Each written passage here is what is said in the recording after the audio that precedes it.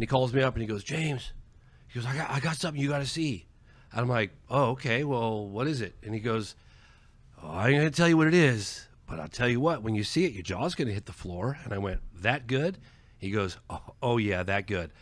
Hung up the phone, jumped in my car, drove 12 straight hours. I get to this guy's double wide cabin in Rachel, Nevada. Swear to God what I'm telling you is true, okay? He pops the tape in, it's a VHS tape. And I said, where did you get it? He goes, just watch. So I watch this, and there's two guys on the quintessential road trip from LA to Area 51. It was really popular in the 90s. And they're like goofing off next to the signs, and they go the little alien, and hey, look at this little UFO, and they're just being silly, having a good time, road trip, music. All of a sudden, the car stopped. It's dusk, and the camera is cocked on the armrest, and it's shooting the dashboard and the windscreen. And it sounds like, and I couldn't see, but it sounds like the two guys in the car trying to climb under the seats, and they're screaming at each other. And all of a sudden, the car lights up. Like if you could imagine, like here's the car, if there's an object above the car with a light on a pendulum and it's moving very smoothly like fluid, like back and forth like this. So the light source is moving and all the shadows on the inside of the car are moving in this really fluid motion. I'm like, Jesus Christ. And it's over the top of us. Get under, get under. So I think it's happening above the house right now. I know, right?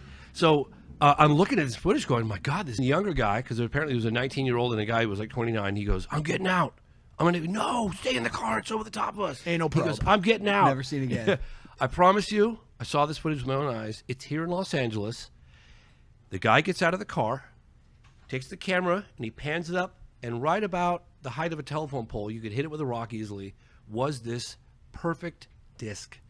And I interviewed a lot of people that have just tried to describe what the disc looked like and had the flight characteristics and how it floats, but I'd obviously never seen it, so I could only imagine. I've only had words. And I could see why they've had so much difficulty describing what this looked like, because the skin on this thing was like glowing like it was alive. I swear to God. And it was sitting there rocking like this, like kind of rocking like a boat on the ocean, like really fluid and smooth. And it's glowing.